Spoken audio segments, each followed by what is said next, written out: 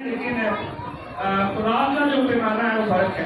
اور آج بھی ہم یہی دعا کرتے ہیں خدا اتنے لوگ آ گئے ہیں اور اتنا بھی ٹائم نکال کر آئے ہیں, خدا انہیں کیا دے برکت دے. اور میں جانتا ہوں کچھ لوگ چھٹی میں نہیں آئے ہیں اور کچھ تو سارے رات جاگتے رہے, ایسا بھی ہے. ہاں جی, کچھ جاگتے رہے پھر بھی آ گئے ہیں. دور میٹنگ میں ہیں, چلے کون کون دور میٹنگ میں ہے؟ ویری گڈ, کلیپنگ کریں اپنے لیے.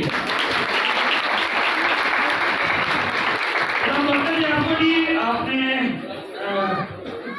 اس محبت کا اظہار کیا ہے, صبح جلوس میں شامل ہو کر اور گھر کے کام کر کر اور پھر اس سب آ کے تھوڑی سی آواز بڑھا دیں, تھوڑی سی آواز بڑھا دیں. سو ہم آج منا رہے ہیں عید قیامت المسیح. کیا مطلب عید قیامت المسیح؟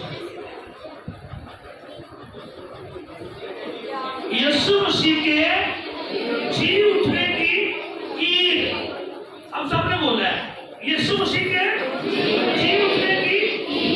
اچھا باجی نے کہا 1 بجے گا. اگر ہم سب ساتھ دیں گے تو میرا خیال ہم 15-20 منٹ کے اندر تو 2-4 باتیں ایسی سیکھ لیں کو زیادہ میں پڑے گا. تو کون سی بنا رہے ہیں ہم؟ یسوع مسیح کے جی اٹھنے کی عید. لفظ قیام ہے نا, قیامت سے قیام. تو قیام کا لفظی مطلب ہے کچھ نیا ہونا. کیا ہونا؟ نیا ہونا. تو کون کون آپ میں سے مطلب کہ یہ کام کچھ نیا ہوا جو پہلے کبھی نہیں ہوا؟ کون کون ایگری کرتا ہے؟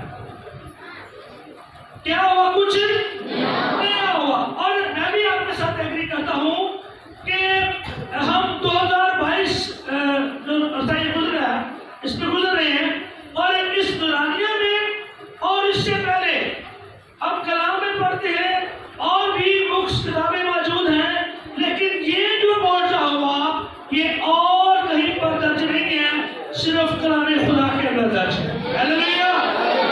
جو نیا کام ہوا, جو زبردست کام ہوا, یہ کسی اور کے اندر درج تعلیم جا سکتے ہیں. ہم سب کسی اور کے اندر درج نہیں ہے. کیوں درج نہیں ہے؟ کیوں کہتے ہیں عید قیامت المسیح, یعنی یسوع مسیح کے جی اٹھنے کی عید. اور کچھ لوگ ایسے بھی ہیں جو کئی بار انہیں یقین نہیں ہوتا. سو میں ایک بک پڑھ رہا تھا, بڑا اچھا اس نے کہا عید قیامت مسیح کا یقین کرنا ایسے ہے جیسے کوئی شخص کنوارا تھا, کوئی عورت کنواری تھی, ان دونوں کی شادی ہو گئی ہے. شادی ہونے کے بعد یقین ہوتا ہے کہ شادی ہو گئی جی.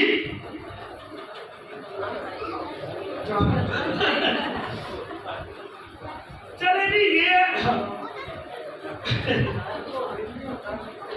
چلے آپ نے ڈیٹ فکس کی, آپ نے بڑی دھوم دھام شادی کی, اور جب شادی آپ نے کی بڑا خرچہ کیا, آپ نے ٹینٹ سروس کھانے ہر چیز کی, آپ نے بڑا عالی شان نکاح پڑا گیا, اور کیا ہوا بعد میں جو نکاح تھا وہ گم گیا, جو مووی بنائی گئی تھی وہ گم گئی.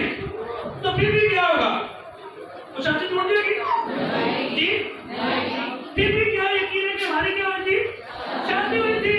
یعنی اس کا مطلب ہے یہ ایسا معجزہ ہے جس سے آپ انکار نہیں کر سکتے, آپ کی زندگیاں انکار نہیں کر سکتی. اور یہ سب سے بڑی بات ہے کہ جیسے کلام میں لکھا نا کہ آپ کی نسل اور اس سے اگلی نسل اور پھر اس سے اگلی نسل اس بات میں یقین کریں کہ خدا کا کلام جو کہہ رہا ہے وہ سچا اور عادل ہے. اس کا کوئی بھی نقطہ بدل نہیں سکتا, وہ لا تبدیل کلام ہے. اور سب سے بڑی بات کلام بیان کرتا ہے کہ مسیح کی قیامت جو تعلیم ہے یہ نئے عہد نامے کے اندر زبردست پائی جاتی ہے. اسپیشلی جو اناجیل ہے اس کے اندر کلام بیان کرتا ہے یہ زبردست پائی جاتی ہے. اور جو لفظ قیامت ہے اس کا ذکر بائبل میں 104 مرتبہ آیا ہے.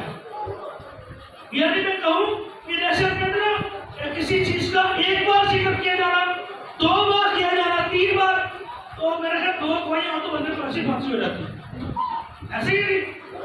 تو یہاں پر 104 مرتبہ دلیل دی جا رہی ہے, 104 مرتبہ ذکر کیا جا رہا ہے, بار بار ایک بات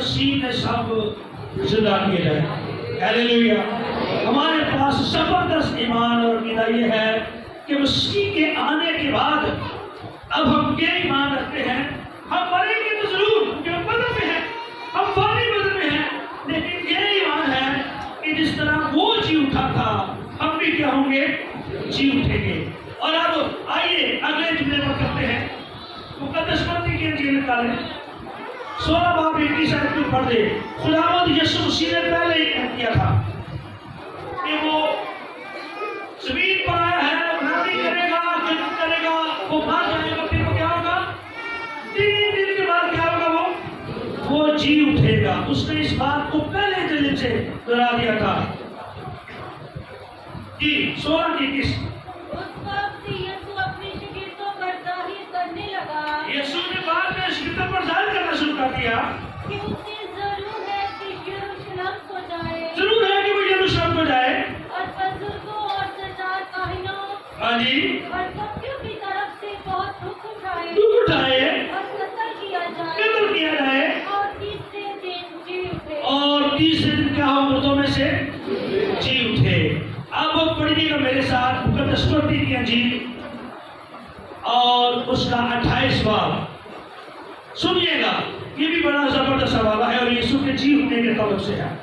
لکھا ہوا ہے اور سبت کے بعد ہفتہ کے پہلے دن پاؤں پھوٹتے وقت مریم مگدلینی اور دوسری مریم قبر کو دیکھنے کو آئی اور دیکھو ایک بڑا بنچار آیا کیونکہ خداوند کا فرشتہ آسمان سے اترا اور پاس آ کر پتھر کو اٹھا دیا اور اس پر بیٹھ گیا.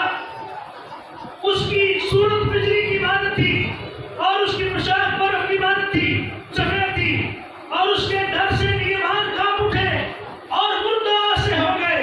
اب دیکھیں میں تھوڑا سا پیچھے جانے لگا ہوں. جب فرشتہ مقدسہ مریم پر ظاہر ہوا تھا تب مقدسہ مریم کانپ گئی تھی, ڈر گئی تھی. اب یہاں پر جو نگہبان تھے جب فرشتہ ان پر ظاہر ہوا ہے لکھا ہے انہوں نے جو پتھر تھا اس کو لٹا دیا اور فرشتہ اس پر خود بیٹھ گیا اور لکھا ہے وہ کیسا ہو گئے, وہ سب کے سب ڈر گئے.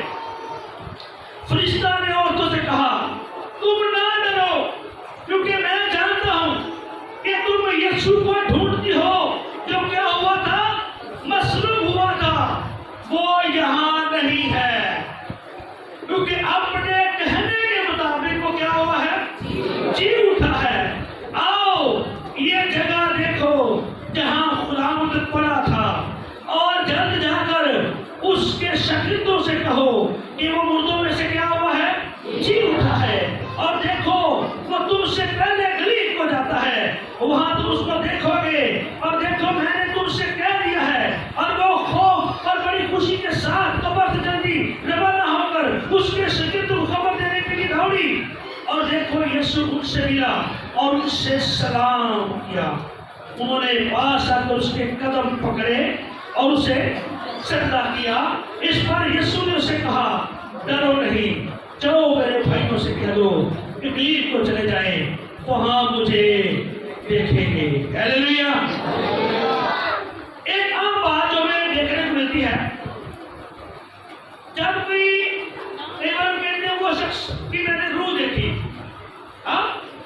میں نے اس کو روح میں دیکھا, کہ میں نے اس شخص دیکھا, جلال دیکھا, روشنی دیکھی, سفید پوشاک دیکھی اور میں نے اس سے باتیں کی. لیکن یہاں پر ذکر ہے کہ یسوع مسیح نہ صرف روح میں بلکہ بدن میں ظاہر ہوا. کیسے ظاہر ہوا جی؟ بدن میں ظاہر ہوا. اور وہ اس کو شاگرد چھو کر بھی دیکھ رہے ہیں, اس کو پکڑ کر بھی دیکھ رہے ہیں, چیک بھی کر رہے ہیں کہ واقعی یہ مسیح ہے. تو لکھا ہوا ہے کہ وہ بدن میں کیا ہوا, ظاہر ہوا. اور سب سے بڑی بات یہاں پر 2 بڑی باتیں نظر آ رہی ہیں, ایک خالی قبر, ایک فرشتوں کی گواہی کہ فرشتے اس بات میں کر رہے ہیں, اظہار کر رہے ہیں کہ خداوند یسوع مسیح مردوں میں سے جی اٹھے ہیں. اور اب حوالہ کے نکالیے گا لوکا 24 کی 39, جلدی سے لوکا 24 کی 39.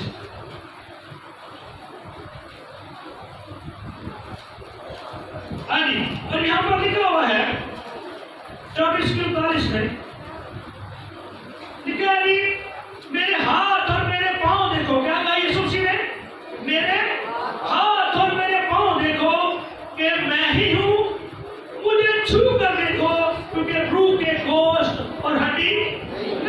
ہوتی جیسا مجھ میں ہے. یعنی خداوند یسوع مسیح کے جی اٹھنے کی جو ایک زبردست بات تھی کہ وہ روح میں تھا اور بدن کی حالت میں بھی تھا. روح کے خون اور گوشت ہڈی نہیں ہوتی، لیکن خداوند یسوع مسیح کہہ رہا ہے کہ مجھے دیکھو میرے خون بھی ہے اور میرے ہڈی بھی ہے. یہ ایک زبردست بات تھی جو خداوند یسوع مسیح نے ان لوگوں کے ساتھ شدتوں کے ساتھ دہرائی.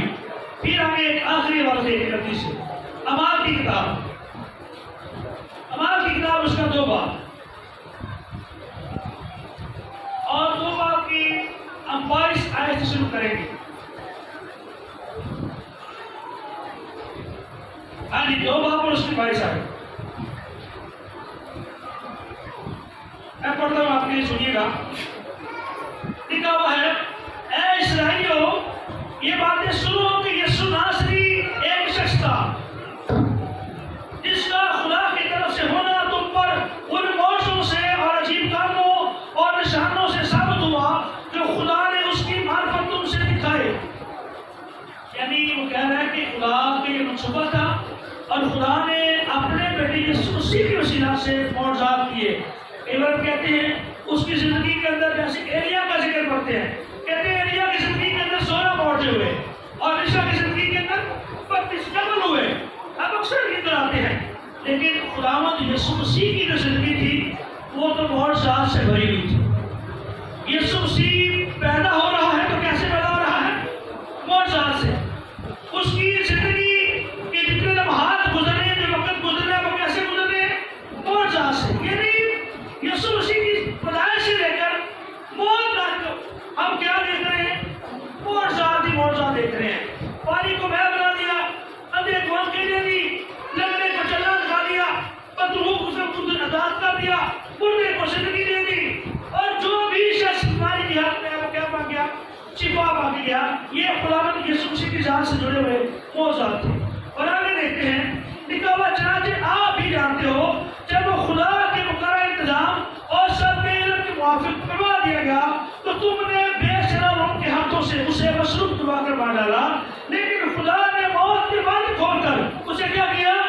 چلایا، کیونکہ ممکن نہ تھا کہ وہ اس کے قبضہ میں رہتا.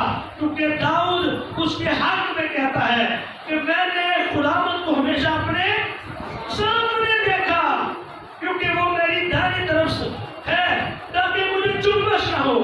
اسی سبب سے میرا دل کیا ہے؟ خوش ہوا اور میری زبان کیا ہے؟ شاد ہے. میرا جسم بھی ہے امید میں بسا رہے گا، اس لیے کہ تو میری جان کو اپنے ارواح میں نہ چھوڑے گا اور نہ اپنے مقدس کو سڑنے کی نوبت پہنچنے دے گا. تو نے مجھے زندگی کی راہیں بتائیں، تو مجھے اپنے دیدار کے باعث خوشی سے بھر دے. اے بھائیو میں قوم کے بزرگ داؤد کے حق میں تم سے دلیری کے ساتھ کہہ سکتا ہوں کہ وہ ہوا اور دفن بھی ہوا اور اس کی قبر آج تک موجود ہے. اس کی قبر آج تک موجود ہے. بس نبی ہو کر اور یہ جان کر کہ خدا نے مجھ سے قسم کھائی ہے کہ تیری نسل سے ایک شخص کو تیرے تک بٹھاؤں گا. اس نے پیش گوئی کے طور پر مسیح کے جی اٹھنے کا ذکر کیا. نہ وہ عالم ارواح میں چھوڑا گیا اور نہ اس کے جسم کے سڑنے کی نوبت آئی. کیوں نہیں آئی؟ اس لیے کہ وہ موت پر اور قبر پر فتح پا کر جی اٹھا. ہیلیلویا. اور ہم مسیح ہوتے ہوئے ہمیں اس بات پر یقین کرنا ہے، ایمان لانا ہے اور نئے حال اس ایماندار کو یہ دلیل دینی ہے کہ اس خدا کی ہم پرستش کرتے ہیں، اس جیسا کوئی دوسرا ساری نہیں ہے. اور اس کے ساتھ ساتھ کس کو یہ مانے کہ میں نجات پا چکا ہوں. آجی ہم سب کا ایسا ہی مان ہوتا، اپنے ہاتھ کو بلند کریں. میں نجات پا چکا ہوں. اب یہ نہیں کہ مجھے نجات مل رہی ہے، ابھی یہ نہیں کہ مجھے کوئی نجات نہ آ کر نجات دے گا، بلکہ ہمارا ایمان یہ ہو کہ میں نجات پا چکا ہوں، مجھے نجات مل گئی ہے. اور کیسے ملی ہے؟ خداوند یسوع مسیح کی معرفت سے. اور ایک پائسہ کی بات ہم کر رہے تھے، کلیسیا میں سے کسی نے کہا کہ نہیں مجھے نجات مل گئی ہے، کسی نے کہا میں نجات پا رہا ہوں، کسی نے کہا میری نجات ابھی ہو رہی ہے. یہ غلط ہے. ہماری نجات ہو چکی ہے. اب ہمارے لیے جو اور مسلوب نہیں ہوگا، ہمارے لیے کوئی اور خدا کا بیٹا نہیں آئے گا، بلکہ اس طرح کلام کرتا ہے کہ اس کے مال کھانے سے ہم نے کیا پائی ہے؟ شفا پائی ہے، اور جب شفا پا لی ہے پھر ہمارا یہ ایمان ہے اب ہمارے لیے کوئی اور زندگی دینے والا نہیں آئے گا۔ ایک بات ہم کریں گے کہ ہمیں اس بات پہ یقین کرنا ہے۔ کیسے یقین کرنا ہے؟ یوحنا کے لیے اس کے پہلو کی بارے میں لکھا ہوا ہے، جتنوں نے اسے قبول کیا اس نے انہیں خدا کے، ہم نے قبول کر لی ہے، ہاں جی باقی کر لی ہے، تو پھر ہم اس کے بیٹے اور بیٹیاں بن گئے۔ ہاللیلویہ۔ دوسری بات پھر یوحنا 3:16 میں لکھا ہوا ہے، کیونکہ خدا نے دنیا سے ایسی محبت رکھی کہ اس نے اپنا اکلوتا بیٹا تاکہ جو اس پر ایمان لائے وہ ہلاک نہ ہو کے، اگر ایمان لا چکے ہو تو پھر ہمیشہ کی زندگی ہے۔ ہاللیلویہ۔ تیسرا والا یوحنا 3:36 لکھا ہوا ہے، جو بیٹے پر ایمان لاتا ہے ہمیشہ کی زندگی، جو کس پر؟ جو بیٹے پر ایمان لاتا ہے ہمیشہ کی زندگی اس کی۔ اس کا مطلب ہے خداوند یسوع مسیح کے وسیلہ سے ہمیشہ کی زندگی کے وارث بنتے ہیں۔ یہ موت ضروری ہے۔ یہ موت کیا ہے؟ لیکن کلام میں یہ بھی لکھا ہوا ہے، اب جب خداوند یسوع مسیح اپنی دوسری آمد میں آئے گا تو پھر اس موت کو بھی نیز کر دے گا۔ ہاللیلویہ۔ کلام میں لکھا ہوا ہے، پھر کوئی رونا، آہو نالا اور ماتم نہ ہوگا، بلکہ وہ ہمارے سارے آنسو پوچھ دے گا۔ ہاللیلویہ۔ پھر دوبارہ زندگی ہی زندگی ہوگی اور موت نہ ہوگی۔ میں اکثر ایک بات کہتا ہوں،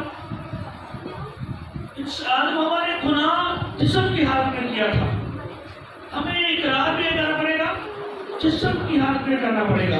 اگر ہم جسم کی حالت میں اقرار کریں گے تو یاد رکھیں وہ خدا ہمیں معاف کرنے والا ہے، وہ رحم کرنے والا ہے۔ اگر ایمان لا چکے ہیں تو بہت اچھی بات ہے، اگر نہیں تو آج ایمان لے آئیں تاکہ ہمیشہ کی زندگی کے وارث بن جائیں۔ وہ کہتا ہے کہ میں اس لیے آیا کہ وہ زندگی پائیں اور وہ زندگی جو کبھی نہ ختم ہونے والی زندگی ہے۔ خدا آپ سب کو برکت دے۔